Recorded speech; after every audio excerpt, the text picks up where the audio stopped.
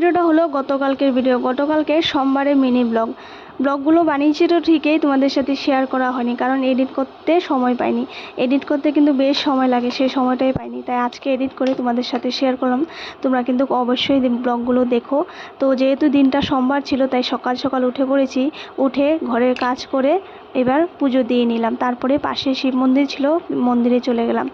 মন্দিরে গিয়ে বাবার মাথায় জল ঢেলে ঘরে আসলাম। এসে এক কাপ চা খেয়ে নিয়ে টুকিনাকি আরও কিছু কাজ ছিল সেগুলো করে নিয়ে ব্রেকফাস্টটা সেরে নিচ্ছিলাম।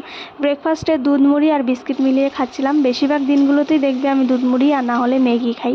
তা এখন সকালে নাস্তা বানাই না, কারণ হাজব্যান্ড যেহেতু নাস্তা খেতে সকালে পছন্দ করে না, ও চা খেয়েই চলে যায়, একার জন্য আর নাস্তা বানাই না।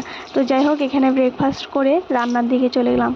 যা যা রান্না করব কেটে কুটে রেডি করলাম, তারপরে রান্না একের পর এক বসিয়ে দিলাম। আজকে করেছি ফুলকপি ডাঁটা আলু বেগুন দিয়ে চচ্চড়ি করেছি, কাঁচা কলা কোপ্তা করে তরকারি করেছি, আর করেছিলাম কাঁচা কলা সেদ্ধ করে কাঁচা লঙ্কা ধনেপাতা দিয়ে মেখেছিলাম, ভর্তা করেছি আর কি। তো এই আজকের মেনু ছিল। আজকের এই রান্নার ছোট্ট মিনি ব্লগটা কেমন লাগলো অবশ্যই জানিও। ভালো লাগলে লাইক করবে, আর আমি আমার খাওয়াটা এনজয় করি, আর তোমরা লাইক অ্যান্ড সাবস্ক্রাইবটা করেই ফেলো।